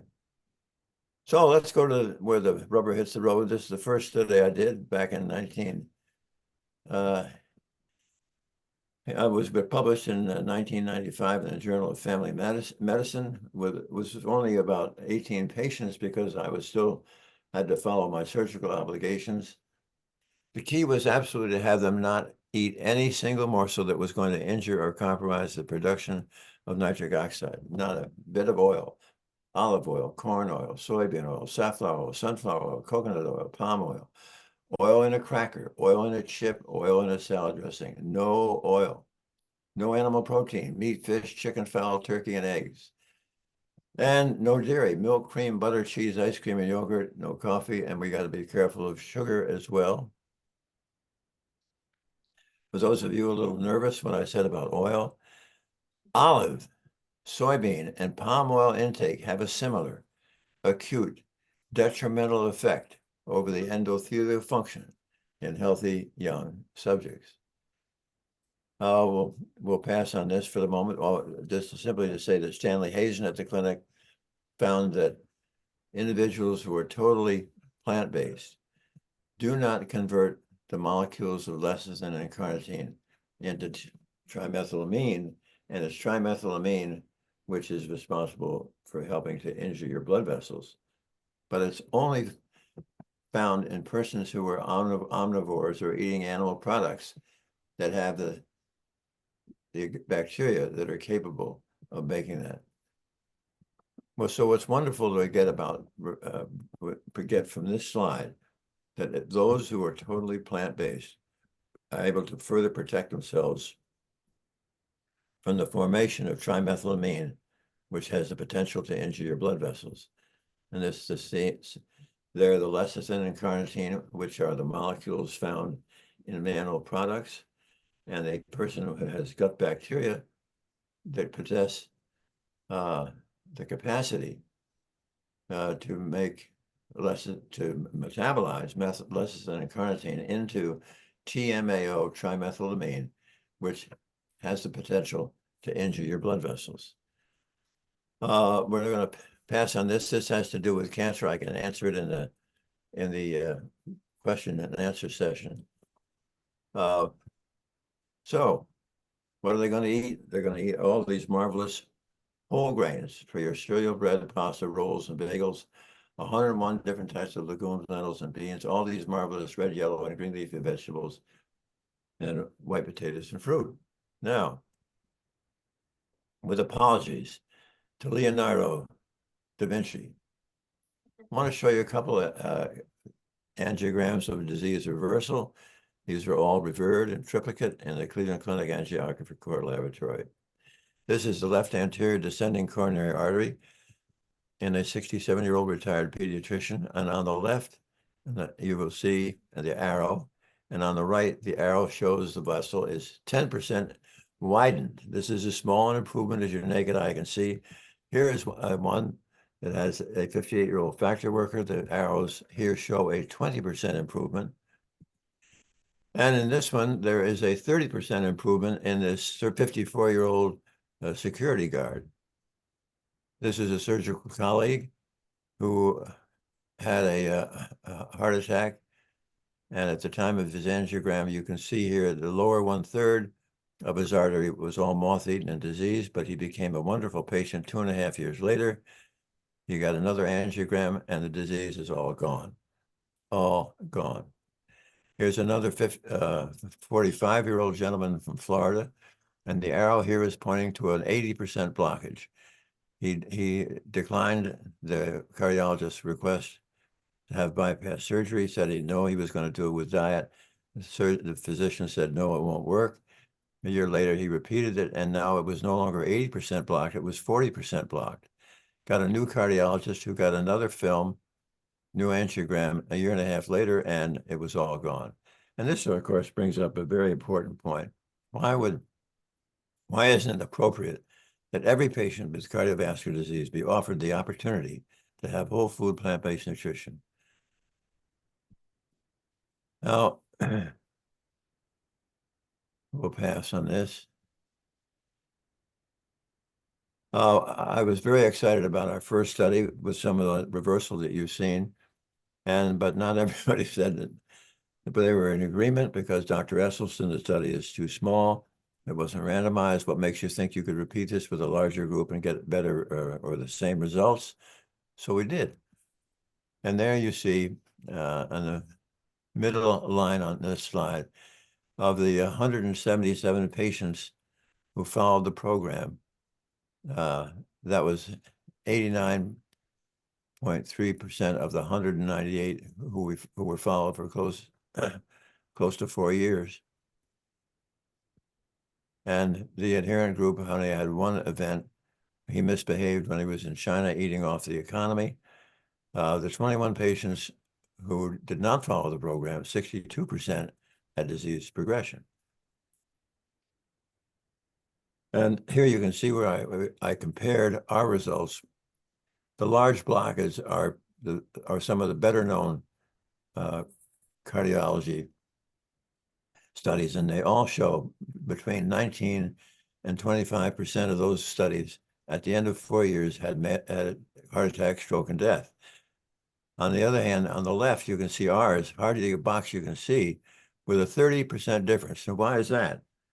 That there is a 30% difference, I think, because we are the ones that are treating the causation. Today, standard cardiology treatment simply consists of drugs, stents, and bypasses. And really, there's been a basic covenant of trust since the days of Hippocrates that whenever possible, the caregiver will share with the patient what is the causation of the illness. And sadly today in cardiovascular medicine, that's not being done. And as we review, there's no mortality with the diet, no morbidity with the diet, and the benefits improve with time. And when you think about it, anybody who's had a heart attack, mostly today, are walking around with a sword of Damocles hanging over their head. When do I get my next or my second heart attack? Well, nonsense. You never have to have another heart attack. You have to eat in the way that you strengthen the cap over the plaque and it cannot rupture. We got time for one more? Yeah. Yep, one more. Then we'll go to On questions. on the left is a pulse volume on a 54-year-old gentleman with heart disease. And when he was coming to my office, he had to stop 5 times crossing the Skyway because of claudication or cramping in his calf because of he had a partially blocked artery in his thigh. I forgot all about his leg. I was so focused on his heart that 9 months into the study, he said, Dr. Esselstyn, do you recall when I first was seeing you, I had to stop 5 times crossing the Skyway? And he said, you know, in the last month, it got better and better, and I don't stop anymore. Well, Don, back you go to the vascular lab. And it was repeated, and bingo, as you see on the right, it is absolutely now doubled. We suddenly had, at the beginning of this study, absolutely irrefutable, rock solid proof that food and food alone could halt and reverse cardiovascular disease. And somebody's going to say, well, wait a minute, what about that statin drug? Well, this is 1986. We didn't have any. Brian, my time is up. All right. All right, so if people have some questions, we'd be happy to take them, whatever's going to be helpful to you all. Jim, oh, Nikki has. Yeah, I have several questions. Well, I'll just start with some and won't hog the time, but really Yeah, here, really I don't know if appreciate it's the good. presentation. Really compelling. Excited about that. Can Oh, you sorry. wait a second? Oh, sorry. Is that better? Really appreciated the presentations, all of them. And question I have, I kind of have two, and I'll pose them both and then let you respond back to them. Is I was wondering about tofu. I did see on your calorie density scale that tofu was mentioned as something that would be considered whole food, plant-based. If I understood that correctly. So if you could talk about how tofu can be used in the diet, how much and all of that. And then the other one is I didn't see any mention of fermented foods like kimchi or tempeh, and I was just wondering if that's something that is considered good You just for so this much- diet. Yeah, as it is that my usual presentation is an hour, and tonight that was half hour. So I'm afraid we cut out a lot. Yeah. But you've hit the nail on the head. Tofu is fine. Yeah, tofu is it's a great question. So generally speaking, for a while there was some evidence out there that tofu maybe perhaps was linked to women and breast cancer. What all of that research has been completely debunked. In fact, one of our colleagues, a good friend, I think her book might be here. Nope. I'm suddenly spacing her name.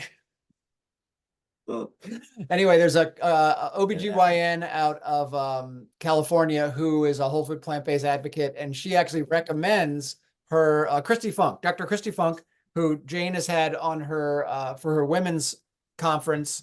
She recommends soy to her all of her clients, patients, because it is actually protective. And Jane's got a whole talk about that. So soy products definitely, you have to be careful though, because it is higher in fat. So we're not necessarily recommending you're eating it every single day, but a couple times a week is certainly great. Right. The fermented foods question is an excellent one too. There's a lot of research around fermented foods and gut health. We're not opposed to fermented foods. Really what your gut needs more than anything is fiber.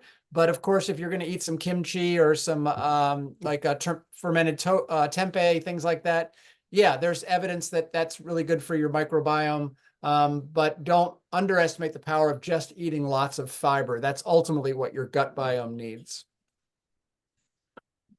Thank Jim, is John Hunter still on? Yes, he is. Could we does John Hunter have a question? No. Just asked him to unmute. He's a doctor. Let's see. Is he in the chat? Let's see. No. Yeah, if somebody wants to ask a question, go ahead and just unmute yourself if you're on Zoom or ask from there.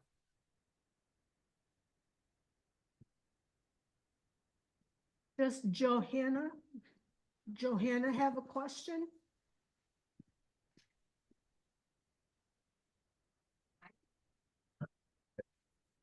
Okay, why don't we go back to I'm sorry. Hello. Yeah.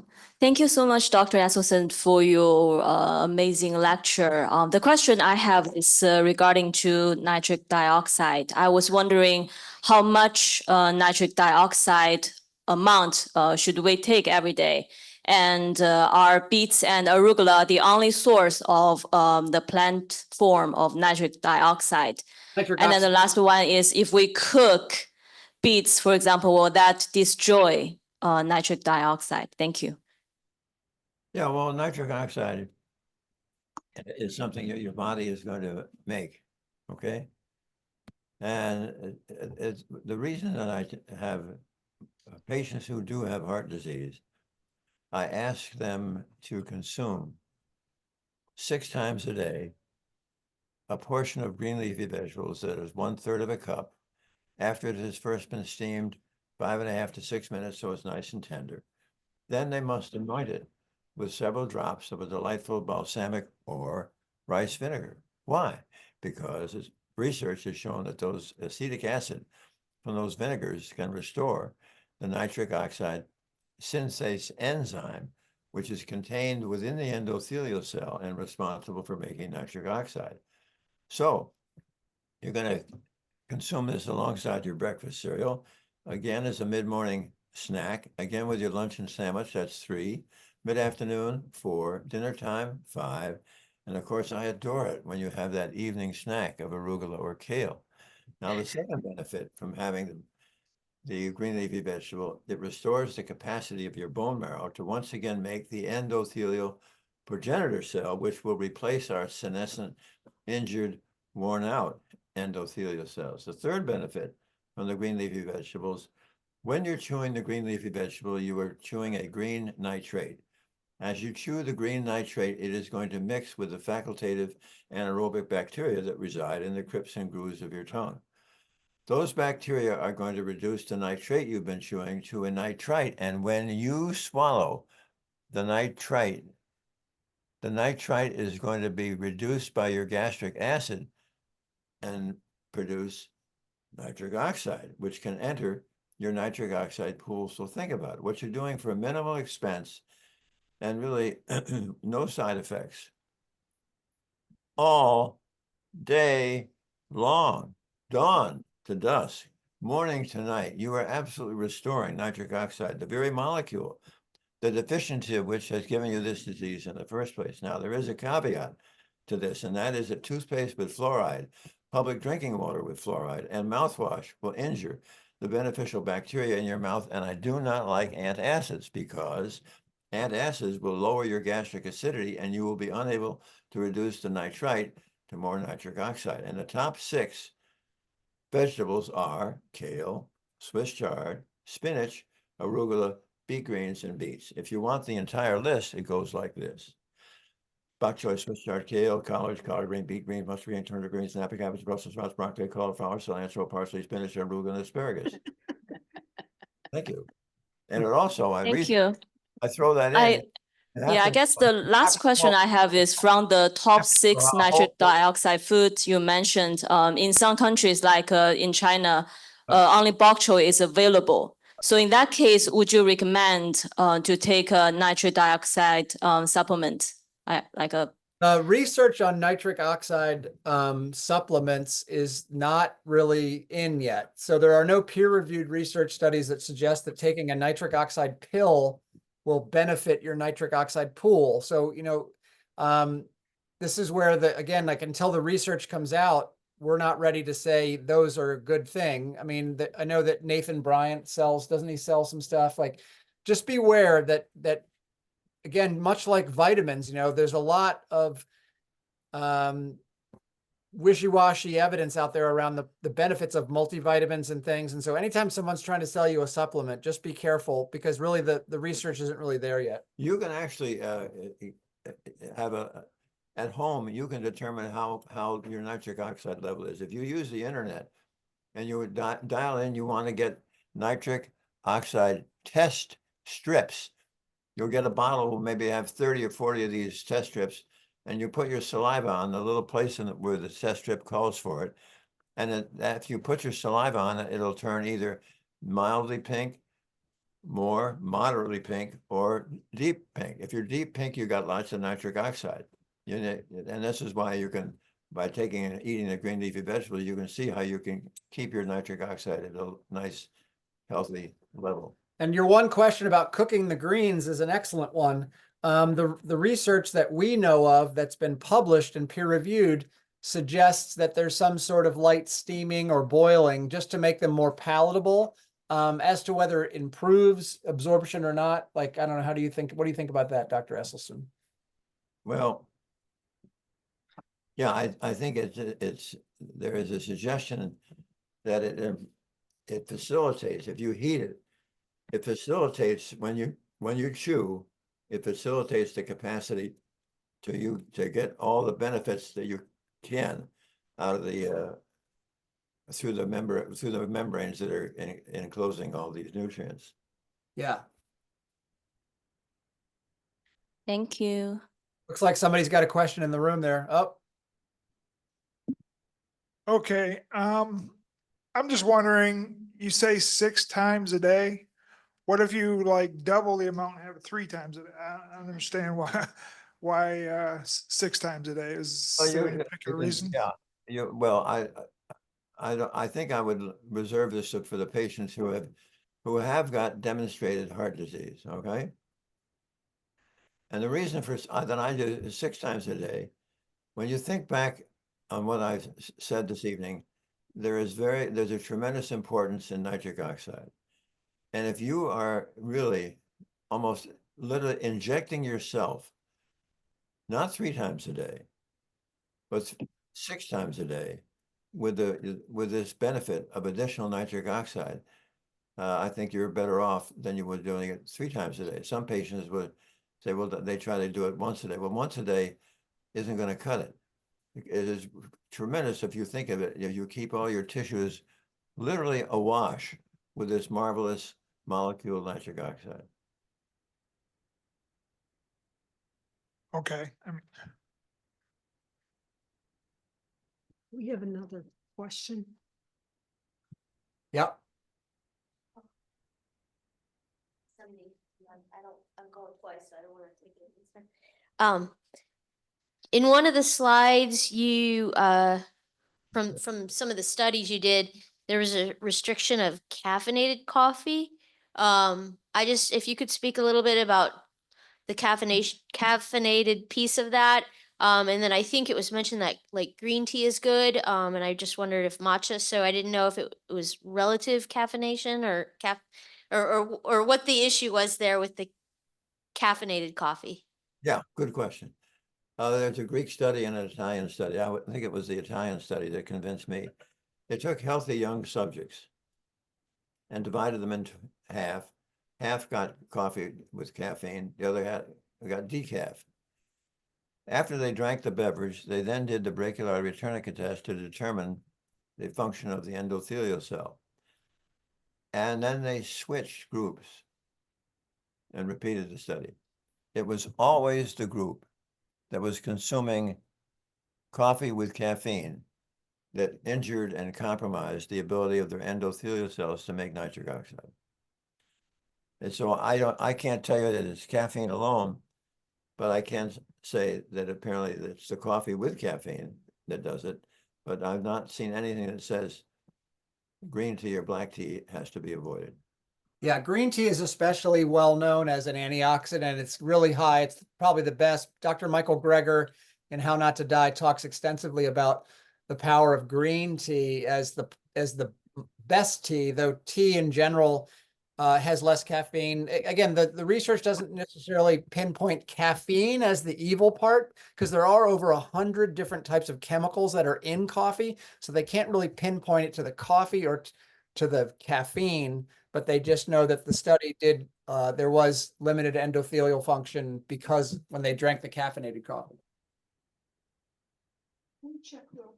Thank you. Here, when I push the button saying, please unmute yourself, it doesn't do it. Okay.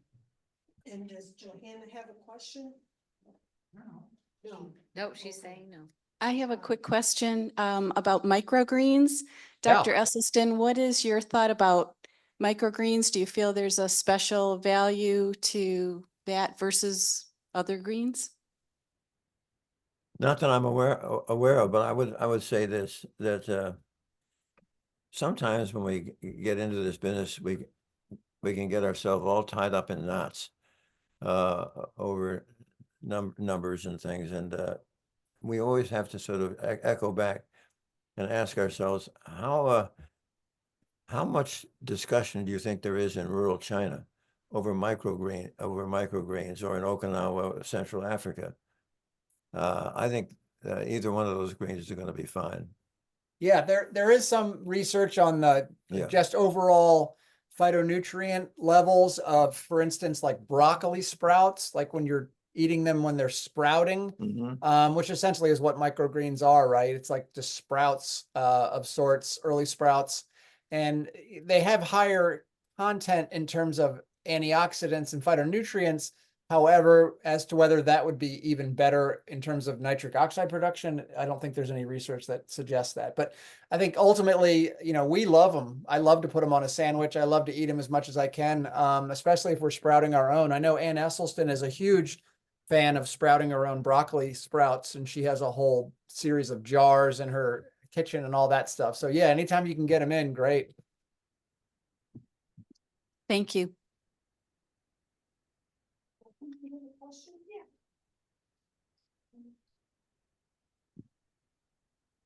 I was trying to figure out the difference between what you would call a regular vegetarian diet and the whole food plant-based. The only thing I came up with is, you know, this diet really restricts oil, which maybe a regular vegetarian diet doesn't. Is there anything else? So vegetarian, as you probably know, there's all different types of vegetarian. There's ovo-lacto vegetarians, which means they eat cheese, they eat eggs. And so really, Dr. Esselstyn is one of a handful of people, but it also includes people like Dr. Greger, Dr. McDougall, Dr. Clapper, who really are really trying to help people avoid oils because of the fact that they do damage endothelial function. You know, vegetarian is kind of a slippery slope these days because, you know, Oreo cookies are vegetarian, so are chips, so are tortilla chips and salsa. And so that's why we say whole food plant-based, because we really want the food to not be processed and as close to its natural state as possible. And we're not eating any cheese, we're not eating any eggs, obviously, because a lot of vegetarians do still eat those things, even though they call themselves vegetarians. And so it's just be careful with that term. Anytime someone tells you they're a vegetarian, it means they're probably a little bit more of what we call an opportunivore, which means they mostly eat plants, but then if they're at somebody's house and they're having some cheese, they'll eat that. And then maybe, you know, it just becomes a little bit of a slippery slope. So we say whole food plant-based, but you're right. The oil piece is probably what sets us apart. Because we're really interested in optimal health. And a lot of the people that Dr. Esselstyn works with are people with significant heart disease. These are people that, you know, they start to eat a little more oil and suddenly their angina comes back. And so Dr. Esselstyn is really interested in all of his patients, 100% of his patients, being able to kick this disease and be healthy. And you have to remember, the Mediterranean diet, which gets a lot of press, does include a lot of oil, a lot of olive oil. And it's important to note that the Leon Heart Study proved that, you know, 25% of the people in the Leon Heart Study, which is essentially a Mediterranean diet study, went on to have further coronary events. So you remember that it doesn't, you know, if Dr. Esselstyn doesn't want any of his patients to get sick again, and he doesn't see 25% as acceptable, which is why he cuts out the oil piece. Was that right? All right. Yep, it is Good. on. So I just went on a trip to Utah last week and it was fabulous, but all I could do was eat vegan, not whole food plant-based, because we were eating in a restaurant every single day. I think I only got one meal that I could actually do whole food plant-based. What do you recommend when you have to eat at a restaurant every day? Well, I think that's an excellent question. And, you know, having treated now close to couple of thousand patients. Many of them are obviously people who are, work on the road. Maybe they're salesmen, and they're in a different city every night or whatever.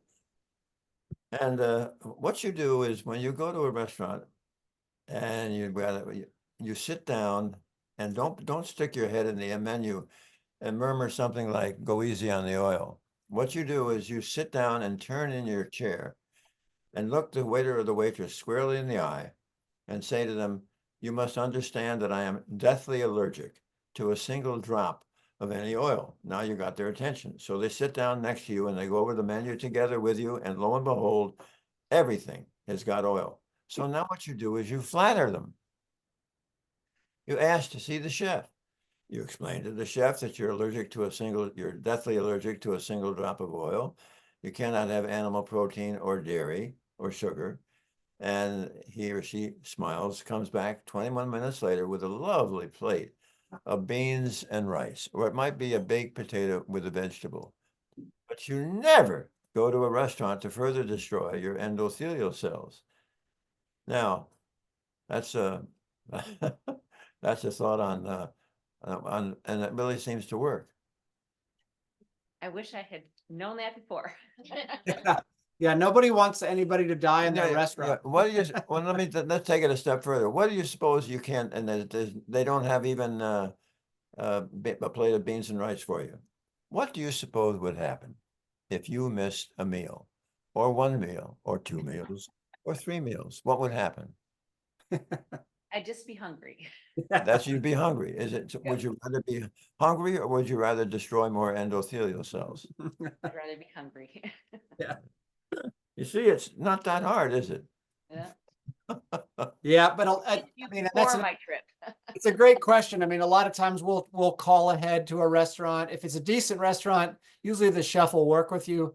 But there are times where you do have to just do your best. And sometimes that might mean a baked potato with some steamed broccoli on top. And we have a lot of people that we work with who carry their own balsamic vinegar in their purses or in their suit jacket pockets, and a little balsamic vinegar, like one of these great balsamic glazes on top of a baked potato with some steamed greens and maybe some brown rice. Awesome. That'll get you through. Yep. Yeah, it looks like Johanna has a question. She muted. Can you unmute her? I think you gotta unmute yourself, Johanna. Still can't hear you. You have to unmute your phone. Can you hear me? Yeah. Yeah. Dr. Esselstyn, you have Savoy cabbage on your list, and I just wonder why it is that that cabbage in particular is on your list and not other cabbages. Because that cabbage is not always easy to get compared to the routine cabbage that I can get. I'm not sure I know what. She was saying Savoy cabbage, but you usually say Napa cabbage. Yeah, what's wrong with Is that? Napa cabbage the same as Savoy cabbage? Well, I might remember it wrong, but it's, Yeah, it's not Napa. the, it's Usually not the, it's not the one that I can get. So that's my question. Why is it that particular one on the list and not just cabbage in general? I just offering you another option. Yeah, I think it's a good question. I don't think we've ever really talked much about the differences between different cabbages. I mean, I know that the most nutritious cabbage in terms of what you might call the regular cabbages is get the purple or what they call the red cabbage.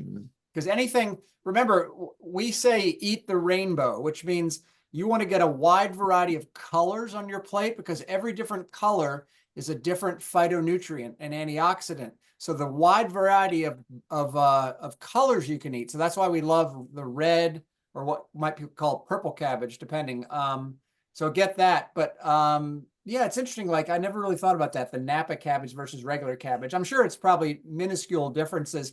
Interestingly, the research that came out this year about the healthiest green that you can eat is watercress, believe it or not. If you can get watercress, it's like the top ranked from the USDA. It ranks it as the most healthy green in terms of its vitamins and minerals. So watercress. I guess the take home message, I got a little bit cut off today. because I was only limited to 30 minutes. And that is that what each of you has to remember, hopefully, out of this talk, is that what is the causation of heart disease? It is destruction, progressive destruction, starting into your childhood, progressive destruction of the endothelial cell capacity to make sufficient nitric oxide to protect you.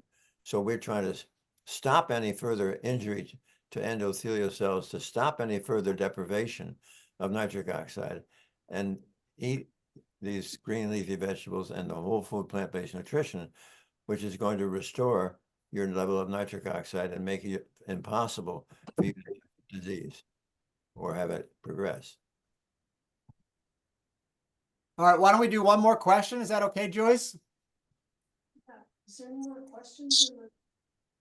No, what about John Hunter? One last check on him. He doesn't respond. He doesn't respond. I think we're done. I have one, Oh, if there's gonna be one more, sorry. Okay. One more, this woman loves this question. I didn't want to hog the questions, but if somebody else has, I have like 3 more, but though, just one, I'm just curious who funded your studies when you were showing the various vessels? Oh, yes, yeah, exactly. That study was funded out of the money that the patients, the first original group of patients presented that for the funding for their angiogram. So you've never taken funding from anything other than the Cleveland Clinic, right? No, Yeah, it was all through the Cleveland Clinic, and Right. some of the patients paid for their own angiograms. So there's no right. corporate sponsorship, no food companies, no, which is, if you know, you got to look carefully at a lot of nutritional research. A lot of times, you know, suddenly olive oil's healthy again, right? Or butter's back, and then you read it and it was sponsored by the dairy industry or the or the oil industry. I noticed that you didn't mention salt, because I didn't hear that. And I've always thought that having too much salt also contributed to these problems. Yes, salt is evil. Salt is evil. What, any recommended daily allowance, whatever, for salt? We want to keep it under 1,500 milligrams. Under 1,500 milligrams a day. Yeah.